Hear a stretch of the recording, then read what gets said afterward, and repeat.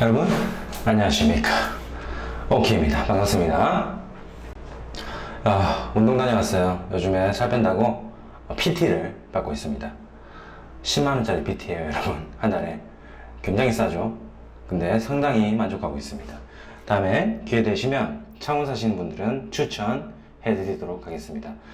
관장님이 역도 선수 출신이셔가지고 상당히 전문성이 있습니다. 실업팀에서도 오랫동안 활동하셨고요. 자, 그래서 운동이 끝나고 난 다음에는 맥주 한 잔, 이 정도 여유는 부르셔야죠. 자, 여러분, 오늘 여러분께 드리고 싶은 말씀은 증여세에 대해서 한번 말씀을 드려보도록 하겠습니다. 증여세에서 중요한 거 많습니다. 아주 디테일한 내용들도 많고 복잡한 내용들도 많지만 오늘은 증여세에 있어서 가장 기본이 되는 그런 내용들, 사례 위주로 해서 말씀을 드리도록 하겠습니다. 한마디로 요약하자면 증여의 정석이라고 볼 수 있겠습니다. 일단 증여세의 그 세금 계산 구조부터 한번 말씀을 드려보도록 하겠습니다. 자, 보시면서 말씀드릴게요. 증여세 세금 계산 구조는 이런 식으로 생겼어요. 보이시죠? 여기서 중요한 내용은 증여재산공제 이 부분만 보도록 하겠습니다. 두 번째 줄에 증여재산공제라고 있죠? 배우자 2억 원, 직계존속 5천만 원, 그리고 직계비속 5천만 원, 미성년자일 경우에는 2천만 원입니다. 기타 친족일 경우에는 1천만 원. 이걸 뭘 해주냐? 여러분들이 증여하는 재산에서 이만큼을 차감을 시켜줍니다. 아버지가 저한테 1억 원을 증여를 했다.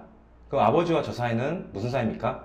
직계 존비속. 아버지는 저한테 존속이고 저는 아버지한테 비속이 되겠죠. 그럼 5천만 원이 공제되는 거예요. 아버지가 1억을 주셨을 때 5천만 원을 뺀 5천만 원에 대해서만 증여세가 과세가 됩니다. 1억 원까지는 10%죠. 그죠? 5억 원까지는 20%, 그리고 10억 원까지는 30%, 그리고 50억 원까지는 40%, 50억 원 초과하면 50%. 그죠? 그렇게 보시면 되겠습니다. 넘어가도록 하겠습니다. 자, 사례를 위주로 말씀을 드린다고 했죠. 어떤 내용이냐? 사전 계획에 따라서 내는 증여세는 기꺼이 부담을 하시라 라고 말씀을 드리고 싶습니다. 여기 무슨 말이냐면 내가 자식들한테 미리 재산을 옮겨줄 일이 있으면 미리 줘라, 그런 내용입니다. 이 내용은 현금인 경우보다는 부동산에 해당되는 내용이에요. 상속세, 절세 또는 미리 재산을 분배해 줄 목적으로 사전에 재산을 증여하는 경우가 흔히 있죠, 그죠 여러분? 그럴 경우에는 어느 정도 증여세를 물더라도 그 부동산이 10년, 20년 뒤에는 굉장히 가격이 상승을 할 가능성이 다분합니다, 여러분.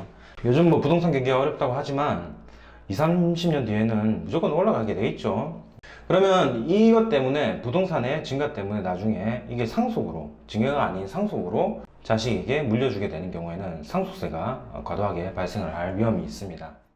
한번 자세한 예를 보도록 하겠습니다. 자, 아들이 25살인데 1억 2천만 원에 해당하는 부동산을 증여할 때 아까 말씀드렸다시피 자녀에게는 5천만 원까지만 공제가 됩니다. 그죠? 그럼 1억 2천에서 5천만 원 빼면 7천만 원이 되죠? 그러면 거기에 10%입니다. 증여세. 그럼 700만 원 되잖아요. 그죠? 뭐 물론 3%또 깎아줍니다. 거기에 대해서. 자, 근데 증여하지 않고 20년 후에 아버지가 사망할 경우에 아버지 총재산이 50억이라고 가정할게요. 상당히 고액 자산가긴 합니다. 뭐 흔히 있는 경우는 아니죠.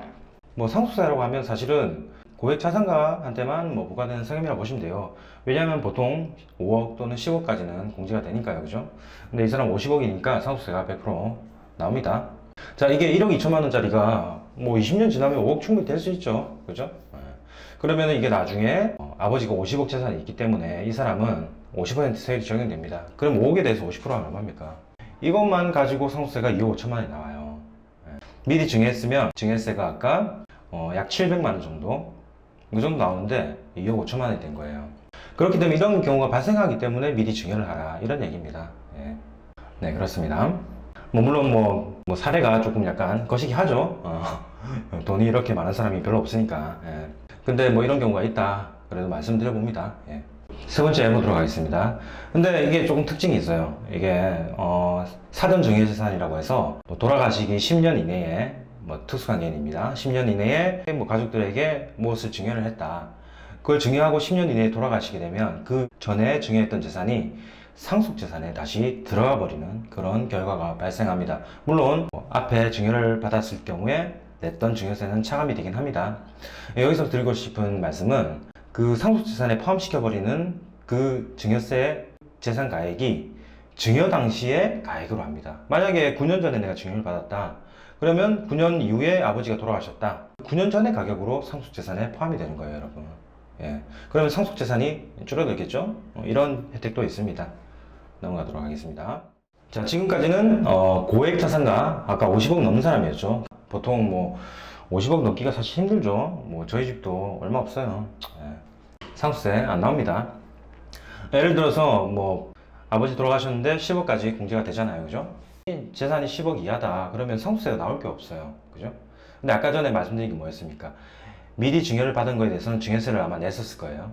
근데 상속세가 나오지 않으면 그 상속세 영원이란 거에서 전에 냈던 거를 빼서 마이너스가 됐다고 해서 돌려주지는 않습니다, 여러분. 환급받을 수 없죠.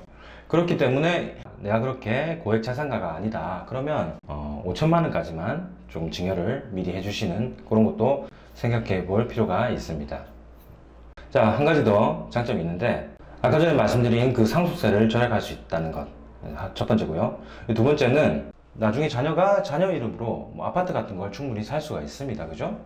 그럴 경우에 요즘에는 재산 취득 자금에 대한 그 조사가 빈번하게 발생합니다, 그죠? 그럴 경우에는 소명 자료로 충분히 활용할 수 있다, 그런 또 이점이 있습니다. 넘어가도록 하겠습니다. 자, 세 번째, 공시지가나 기준시가가 고시되기 전에 증여를 하라.